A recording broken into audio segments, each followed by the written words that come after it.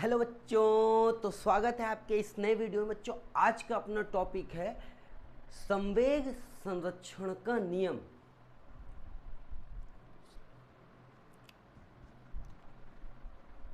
Hello बच्चों, तो स्वागत है आपके इस नए वीडियो में। आज का अपना टॉपिक है बच्चों संवेग संरक्षण का नियम, law of conservation of momentum. तो और बच्चों, जल्दी से बगैर टाइम वेस्ट किए हुए हम लोग अपना टॉपिक शुरू करते हैं कि भाई संवेग संरक्षण का सिद्धांत, law of conservation of momentum क्या है। ठीक है, आ जाओ भाई। Law of conservation of momentum को समझने से पहले, संवेग संरक्षण के सिद्धांत को डिराइव करने से पहले बच्चों हम लोग एक चीज़ समझते हैं कि भाई संवेग क्या है। क्या चीज़ समझते हैं कि संवेग क्या होता है। तो देखो कि भाई अगर अपन संवेग का बात करें कि संवेग क्या है, तो संवेग को अपन बोलते हैं कि द्रव्यमान और गुणे में आता है बाबू वेग। द्रव्यमान गुणे वेग, ये अपना क्या है, संवेग है। अच्छा, इसको समझते हैं क्या है, अभी भी नहीं समझ में है क्या संवेग। आ जाओ इसको समझते हैं। भाई आप यूं समझे कि कोई आदमी, या आप खुद सोचो, खड़े हो कहीं पे, ठीक है, रोड पे आप खड़े हो, इधर से ना कोई छोटा सा बच्चा साइकिल लेके आपकी तरफ आया और आपको क्या किया ना, टक्कर मार दिया उसने। और उसका जो वेग था वो मान लो 10 किलोमीटर प्रति घंटा था, चाल वेग। ठीक है, 10 किलोमीटर प्रति घंटा। ये तो फर्स्ट कंडीशन हो गया। तो क्या ही होगा, आपको थोड़ा सा दिक्कत हो सकता है, थोड़ा सा लगेगा, ठीक है, आप नॉर्मल ही बिहेव करोगे, कुछ अलग नहीं होगा। मगर समझो दूसरा अपना लैम्बोर्गिनी कार ले लेते अपना, ठीक है,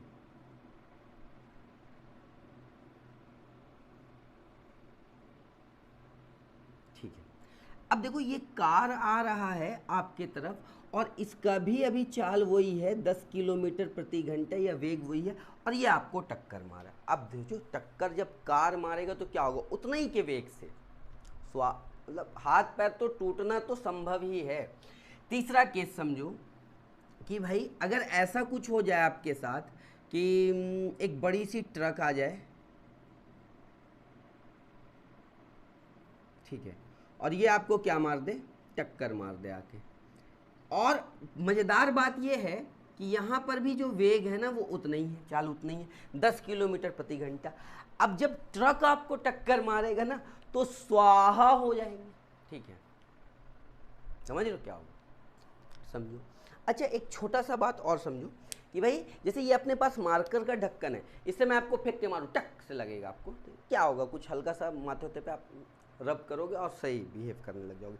मगर इतने ही के मास का, इतना ही द्रव्यमान का ना, अगर एक बुलेट आप पे मारा जाए तो क्या होगा भाई, छेद के क्या हो जाएगा, निकल जाएगा, सौर को चीरते हुए क्या हो जाएगा, निकल जाएगा। तो इन चीज़ों से अपने को एक चीज़ समझ में आया कि भाई देखो नुकसान जो अपने को हो रहा है ना, अपने साधारण भाषा में नुकसान जो है वो क्या, देखो डायरेक्टली प्रोपोर्शन हो रहा है भाई, समानुपाती है। किस चीज़ के भैया, पहला स्थिति में तो क्या है, द्रव्यमान के, और नुकसान जो है ये समानुपाती ही है, डायरेक्टली प्रोपोर्शन ही है, किस चीज़ के भैया, वेग के। आप समझो इन तीनों स्थिति में क्या बढ़ाते गए आप द्रव्यमान बढ़ाते गए तो नुकसान का रेशियो भी तो क्या हो गया भाई, बढ़ते गया ना।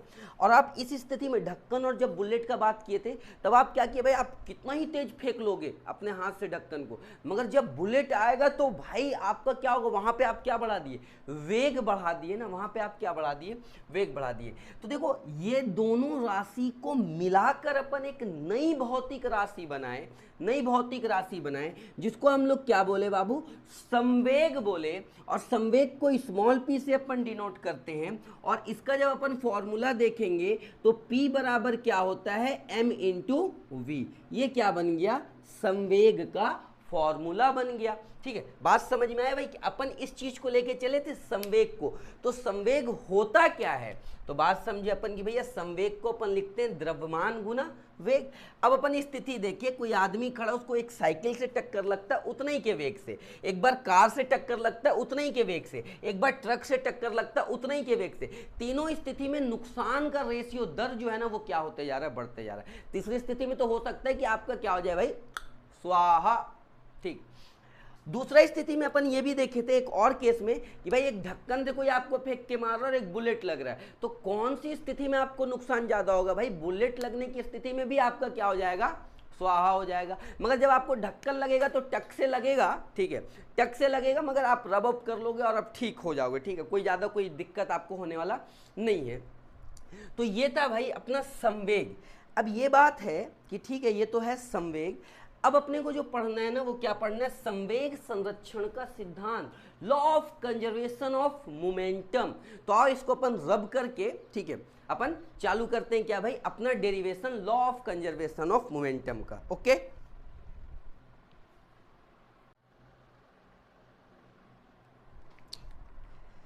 अच्छा अब देखो अपन इसको डिराइव करने वाले हैं law of conservation of momentum को। पहले तो अपन क्या बोलते हैं भाई, देखो एक लेट कर रहे हैं कि भाई ये अपने पास ना एक बॉल है, ठीक है, और एक बॉल और कहाँ पे है अपने पास, यहाँ पे मान लो, समझ लो यहाँ कहीं पे ये अपने पास क्या है भाई, दूसरी बॉल है। ठीक, अब बात समझना कि भाई इस बॉल का नाम अपन ए रख रहे हैं और इस बॉल का नाम ना अपन क्या रख रहे हैं, बी रख रहे हैं। ठीक, अच्छी बात है। अब भाई इसका कुछ मास होगा और इसका भी कुछ मास होगा, जिसको अपन किससे डिनोट कर रहे हैं, एम से डिनोट कर रहे हैं। भैया पहले वाले के मास को अपन क्या बोलेंगे, एम ए, दूसरे वाले के मास को क्या बोलेंगे, एम बी। अब बात समझो, दोनों गेंद को ना अपन कुछ इस प्रकार से लुढ़का रहे हैं, मतलब ढुला रहे हैं। ठीक है, पहला गेंद और दूसरा गेंद। ठीक है, तो भाई जब लुढ़का रहे हैं तो इसका भी कुछ वेग होगा u और इसका भी कुछ वेग होगा u। इसका वेग को अपन ua बोल देंगे, इसके वेग को अपन ub बोल देंगे। अब यहाँ पे एक चीज कंसीडर करना ना जरूरी है। क्या कंसीडर कर रहे हैं अपन कि भैया ua जो है ना वो ज्यादा है किसके भैया, ub से। क्यों ऐसा बोले कि अगर ऐसा नहीं होगा ना तो ये दोनों टकराएंगे कैसे, एक ही सरफेस पे दोनों लुढ़क रहे हैं, पहले इसको फिर इसको, तो भाई ये इसका वेग ज्यादा होगा तभी तो ये क्या होंगे, टकराएंगे। ठीक है, अब ये तो एक स्थिति हुआ। दूसरा कंडीशन आप समझें, दूसरा कंडीशन में क्या होगा, दूसरा कंडीशन में ये दोनों बॉल ना, ये बॉल ए है, ठीक है, और जो दूसरा बॉल है अपने पास वो है बी, ठीक है, बॉल बी है। ये दोनों क्या हो गए, एक दूसरे से टकरा गए। अब बात समझो, अभी इसका मास कितना है भैया, एम ए ही है, और इसका मास क्या है भैया, एम बी ही है। ठीक है, टकरा गया। अब भाई जब टकरा रहे हैं तो न्यूटन सर के तीसरे नियम को आप याद करो, थर्ड लॉ ऑफ मोशन, कि भाई दोनों एक दूसरे पे क्या लगाएंगे, फोर्स लगाएंगे, इक्वल फोर्स लगाएंगे, मगर अपोजिट डायरेक्शन में, विपरीत दिशा में बल लगेगा। मतलब भाई अगर अपन यहाँ पे बोलना चाहें कि यहाँ पे क्या लग रहा है भाई, फोर्स लग रहा है बॉल ए के द्वारा बॉल बी पर, तो भैया ए टू बी लगाएंगे। और यहाँ पे जो फोर्स लग रहा है वो क्या लग रहा है, किस पे, किस, कौन लगा रहा है, बॉल बी लगा रहा है किस पे भैया, बॉल ए पे। ठीक है, अब देखो क्या करते हैं, क्योंकि ये फोर्स जो है वो वेक्टर क्वांटिटी है तो भाई इसके ऊपर अपन एरो डाल देते हैं। अब दोनों टकराए और तीसरा कंडीशन क्या हुआ, देखो तीसरा कंडीशन क्या हुआ कि भाई कुछ समय टकराने के बाद ये क्या हो गए, फिर से अलग अलग हो गए। ठीक है, अब जब ये अलग अलग हो गए तो भैया ये अपना बॉल ए है और ये जो है अपना क्या है, बॉल बी है। ठीक है, अभी देखो इसका जो मास है वो एम ए ही है और इसका भी मास वही है। भाई मास तो कुछ नहीं होने वाला, कम ज़्यादा थोड़ी होने वाला। हाँ, मगर अब वेग में अंतर पड़ेगा, वेलोसिटी में चेंज आएगा। पहले u वेग से था, अब टकराने के बाद मान लो कि भाई इसका वेग क्या हो गया, v हो गया, और इसका भी वेग v हो गया, तो va और vb हो गया। ये बातें आपको समझ में, दो बॉल को हम लोग क्या किए भाई, लुढ़का रहे हैं, दो बॉल को अपन लुढ़का रहे हैं, तो दोनों कुछ समय के बाद क्या हो जा रही, टकरा रही, टकराने के बाद फिर से दोनों क्या हो जा रही, अलग अलग हो जा रही है। ठीक है, तो भाई अगर अपन बात करें तो ये जो अपने पास स्थिति है ना, ये वाला जो अपने पास कंडीशन है, ये है भाई टक्कर से पहले का, टक्कर से पहले। ये जो है वो है भैया टक्कर के बाद, टक्कर के बाद, और ये जो है टक्कर के बाद नहीं, टक्कर के वक्त का है ये, ठीक है। और ये जो है टक्कर के बाद का। अच्छा, अब देखो अपन इस स्थिति को लेके चलते हैं कि भाई ये वाला और ये वाला जब दोनों टकराए, ठीक है, जैसे मैंने इस वॉल पे जो मैं 50 न्यूटन का फोर्स लगाया, तो ये वॉल भी मेरे पास, ये दीवार भी मेरे ऊपर कितने न्यूटन का फोर्स लगा रहा है, 50 न्यूटन का ही फोर्स लगा रहा है। बस एक चीज अंतर है कि डायरेक्शन क्या है भाई, अपोजिट है। डायरेक्शन क्या है, अपोजिट है। अच्छा चलो, अगर अपन यहाँ पे बोले कि भैया एफ ए बी बराबर है एफ बी ए के, तो ये चीज़ अपन कहाँ से बोल देंगे? देखो यहाँ पे रीजन अगर अपन बताना चाहें तो भैया third law of motion, third law of motion से, ठीक है। अच्छा, डायरेक्शन दे देते हैं। मगर एक बात जो अपन मिस्टेक करते हैं, वो क्या मिस्टेक करते हैं भाई? ठीक है, ये तो इस पे फोर्स लगा है और ये जो इस पे फोर्स लगा रहा है ना, वो इक्वल है, मगर अपोजिट क्या है, ठीक है, डायरेक्शन क्या है, अपोजिट है। तो यहाँ पे क्या आ जाएगा, माइनस का आ जाएगा। अच्छा, अब इसको ना सेकेंड लॉ ऑफ मोशन लगाकर क्या कर लेते हैं, खोल लेते हैं। तो अब देखो, जब इसको अपन खोलेंगे तो ये क्या हो जाएगा, बात समझना कि भैया देखो एम ए ठीक है, इनटू वी ए माइनस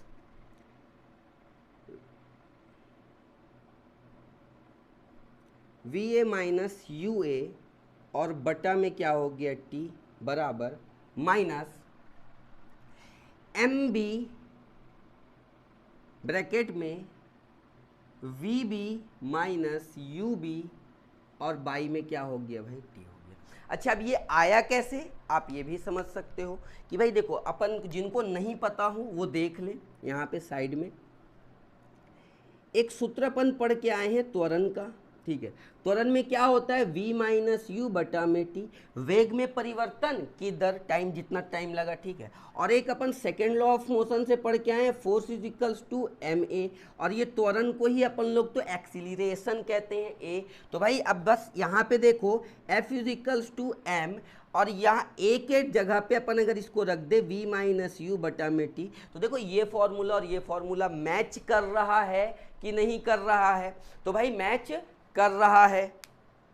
अच्छा, अब यहाँ पे बात समझना, ये चीज अपन कहाँ से लिख दिए भाई, ये चीज अपन लिख दिए सेकेंड लॉ ऑफ मोशन से, सेकेंड लॉ ऑफ मोशन। अब यहाँ पे एक चीज जो आपको और समझना है वो ये है कि भाई देखो, जितना देर के लिए ये इसको धक्का दे रहा था, उतना ही देर के लिए ये भी इसको धक्का दे रहा था। भैया बॉल ए जितना देर के लिए ए पे फोर्स लगा रहा था, उतना ही टाइम के लिए बॉल बी भी बॉल ए पे क्या लगा रहा था भाई, धक्का लगा रहा था या फोर्स लगा रहा था। तो इसका मतलब समझना, अगर यहाँ पे हम लोग बोलते हैं कि ये T1 है और ये T2 टाइम के लिए, ठीक है, तो भाई यहाँ पे अपन एक चीज और, T1 इज इक्वल्स टू क्या हो गया भाई, T2 हो गया, और इसको अगर अपन 1 कर लेंगे तो T1 और T2 क्या हो जाएगा भैया, समाप्त हो जाएगा। अब देखो क्या होता है, अब देखो एम ए ब्रैकेट में V A minus U A बराबर एम बी ब्रैकेट में V B minus U B. अब इसको ब्रैकेट को जरा अपन खोल लें तो देखो क्या होगा, M A V A multiply M A V A minus M A U A बराबर minus M B V B, और इसको माइनस माइनस क्या हो जाएगा बच्चों, प्लस हो जाएगा, तो एम बी यू बी, ठीक है। अब देखो v वाला को एक तरफ कर लो और u वाले को क्या कर लो, एक तरफ कर लो, तो देखो क्या होगा, एम ए वी ए, ठीक है, और ये वाला v को इधर लेके आएंगे तो माइनस इधर आके क्या हो जाएगा, प्लस में, और ये माइनस उधर चल जाएगा तो क्या हो जाएगा, प्लस में। तो भाई इसको अगर लाते हैं अपन इधर तो देखो क्या होगा, माइनस हो गया प्लस में, एम बी वी बी बराबर, अब इसको उधर लेके जा रहे हैं तो क्या हो जाएगा, माइनस वाला किस में बदल जाएगा बाबू, प्लस में बदल जाएगा। तो प्लस लिखने का कोई जरूरत नहीं है, MAUA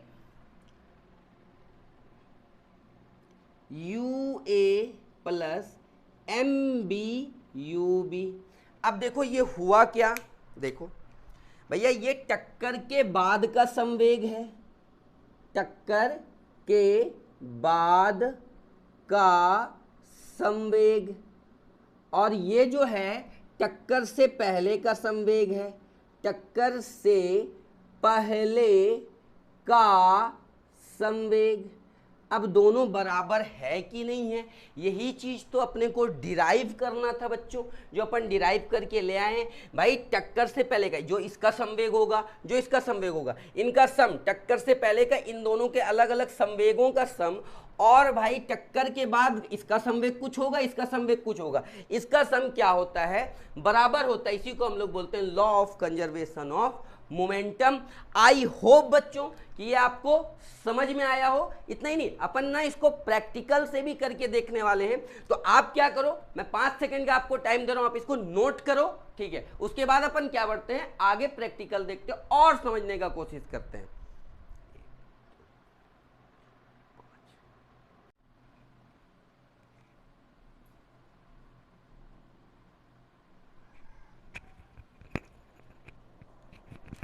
तो जो अपन देख रहे थे संवेग संरक्षण का नियम, ठीक, सिद्धांत, ठीक है। तो संवेग का सिद्धांत के अपन क्या बोले थे भैया, टक्कर से पहले और टक्कर के बाद का जो संवेग होता है ना, वो क्या होता है, हमेशा बराबर होता है, हमेशा बराबर होता है। एक चीज़ थोड़ा सा समझना है कि भाई वहाँ पे ये चीज़ काम में लाते हैं अपन ना, जहाँ पे फ्रिक्शन क्या होता है, कम होता है। तो आज देखो, अगर इसको अपन समझना चाहें तो ऐसे अपन समझ सकते हैं। देखो यहाँ से एक बॉल उठाए और इसको देखो छोड़ेंगे तो देखो नाचेगा कितना बॉल, एक बॉल नाच रहा है, ठीक है। अगर उसी प्रकार से अपन ने यहाँ से 2 बॉल उठाते हैं और इसको अपन छोड़ देते हैं, देखो कितना बॉल नाच रहा है, आप वीडियो में देख सकते हो। 2 बॉल क्या कर रहा है भाई, नाच रहा है। अगर उसी प्रकार से यहाँ से ना अपन 3 बॉल उठाने का प्रयास करते हैं और तीनों को एक साथ छोड़ते हैं, तो देखो इधर भी कितना बॉल नाच रहा है, 3 बॉल नाच रहा है, ठीक है। भाई एक बॉल जब उठाए थे तो जो भी इसका द्रव्यमान था और जिस बेग से छोड़े थे, तो देखना उधर भी देखना, ठीक है, एक ही बॉल। जब 2 बॉल लिए तो भाई जो वेग दिए और जो द्रव्यमान था वो बराबर, तो भैया संवेग क्या होगा, दोनों स्थिति में क्या होगा, बराबर होगा। तो ये था भाई अपना छोटा सा ना अनुप्रयोग, जिसको हम लोग करके देखें कि भाई संवेग क्या होता है। और संवेग का इस्तेमाल कहाँ पे है, आप समझेंगे अपना दैनिक जीवन में जो संवेग का यूज़ है ना, वो है रॉकेट में भी। भाई देखो रॉकेट उड़ने से पहले ना, रॉकेट चलने से पहले जो संवेग होता है वो 0 होता है, और जब रॉकेट उड़ने लग जाता है ना तब भी संवेग क्या होता है भाई, 0 होता है। भाई उसके पीछे जो कुछ धुआं निकलता है, आग वग निकलता है, या रॉकेट कुछ चीज़ छोड़ते जाता है, गिराते जाता है, तो वहाँ पर भी क्या होता है भाई, संवेग क्या होता है ना, 0 होता है। ओके बच्चों, आई होप कि आपको ये समझ में आया हो। तो ओके, मिलते हैं अगले वीडियो में। भाई चैनल को सब्सक्राइब करो, वीडियो को लाइक करो। ओके।